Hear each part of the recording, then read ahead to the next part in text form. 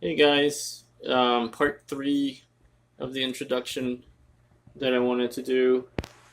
Again, it's just my first real attempt at something that is actually kind of useful to show you guys what I have for fish. And I'm zoomed out a little bit so you guys can see this 90-gallon tank for these big guys. A couple of fish I didn't talk about are these guys right in the back there. Those are brown cichlids. I absolutely love those guys. They're pretty small. They don't grow that much bigger. So maybe I'll point out a couple of fish. This was the green terror fish.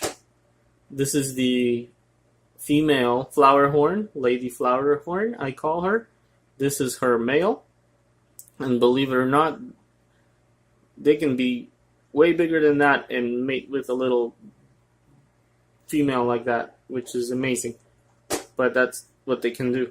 This is an Oscar fish. This is some form of a. I don't think it's a jewel cichlid, but it could be. But that's definitely a male.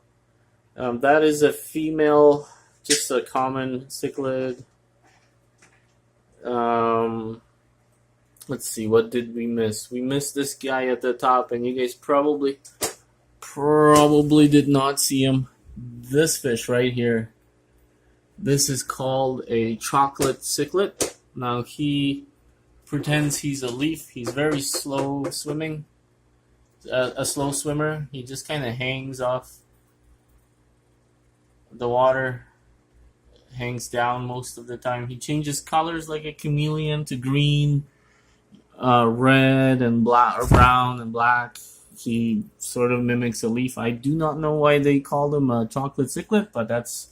Sorry, the glare is terrible, and the camera is absolutely not working with me today.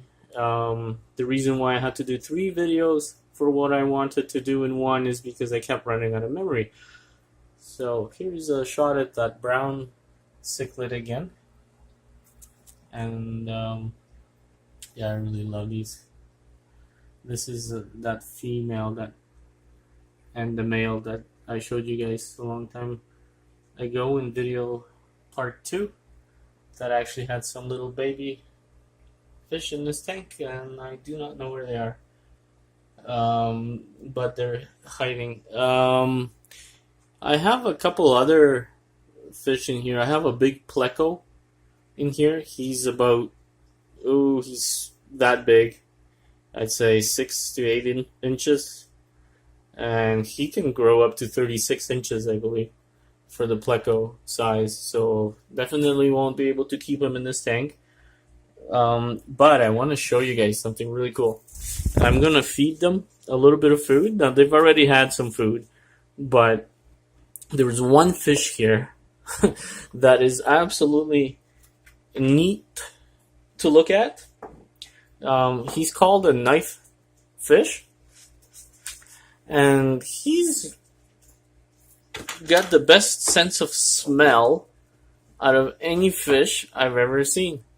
The minute I put some food in here that he likes, which are these little pellets right there, he'll come out of his hiding spot. Just give it a couple seconds here. Let's see. How long is it going to take? This is a little clown loach that came out. Actually, that's another fish I have here. This guy here. Oh, and here's the knife fish. He's got the best sense of smell out of anything I've ever seen. He knows I threw something in that's on the bottom. I don't know how he knows, but I mean, the pellets don't even smell that good. But he knows. That's a knife fish, and he does grow quite big. He's going to be one of the bigger fish in this tank. Obviously, when they start getting to the point of being 14, 15 inches or 10 inches each, I will have to give them an upgrade and get them a bigger tank. So be careful when you guys are getting your fish, if you ever decide to have fish. Hopefully this kind of showed you some cool fish out there. and look them up. Look up some videos. There's even more in this tank, believe it or not, that you haven't seen. The Venustus, look right there. That camouflage fish, right? That got chased around. Those are really cool fish too. Yeah, be careful because these fish grow huge, right? And you need a big tank, and you need to understand that it's a bit of work at first for the first 3 months, and then after that it's not so bad. But you still have to clean the water regularly and as much around the decorations as you can regularly, and your filter every 3 months or so. So what else can I tell you guys about the tanks? I mean, the bigger the tank, the easier it is to keep the water levels in check. It is not as scary as people say. The pH is really the primary thing you need to make sure you're monitoring. Now, there is some cool tools out there. Let me turn to this side of the tank. I have an ammonia tester here and a pH tester. And the top circle is something you buy. You stick it inside the tank, and it tells you what your pH level is at. So you know the pH tells you really how much acid is in the water. It's really what it's saying. If the water is like more alkaline or how acidic it is. The blue one, and here's that Venustus fish you guys haven't seen yet. Very hard for me to zoom in on him. And the blue tester there tells you how much ammonia there is, and that's from the fish peeing in the water. They do pee in the water, and sometimes you have high ammonia and the fish can't handle it, right? So not usually the case. The high ammonia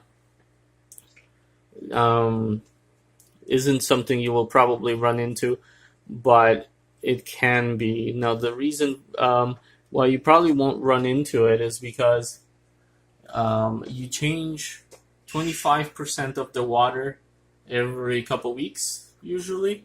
You would just dump out a couple buckets, 25% of the water, and put new water in with a little dechlor medication to make sure it's doesn't have chlorine in it, right? Chlorine can kill fish, so dechlorine is one of the number one things you need to know about is chlorine, how to buy dechlor and use it, and pH, and how to boost your pH or lower your pH levels if you have to, and how to monitor it. Like I actually use those little testers I showed you, and ammonia. Those are the three things you really monitor.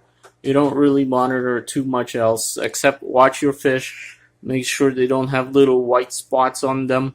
That's a sign of disease. Make sure their fins are not slowly degrading, because if their fins are degrading, that's fin rot. That's another disease. So anytime you buy a fish from a store, do not put the fish in with the water from the store. You want to put the fish in, but filter out the water in a bucket or something, and just take the fish out with a net and put it in your already ready tank. That's a good piece of advice I have for you, so you don't spread the disease that was in the pet stores. And a lot of times they may have something in there they don't even know about, even though they do extremely regular cleanings. So that's it, part 3 of my video. It's shaky. It's got a lot of glare on the window, on the tanks, but hopefully you guys see some interaction here, and hopefully you fell in love with one of these fish. My goal is to kind of introduce you guys, and you can build your own tanks, get your own decorations, make it look like anything you want. You can go with these predator fish. You can go with these community fish where they don't really have any aggression. They're fairly peaceful fish. And you can go with all kinds of guppy fish too. You can have a guppy tank with the community fish as well. It's really all up to you guys. So good luck with your fish tanks, and give it a like if you think it's a useful video. Hopefully. Cheers. Have a good night.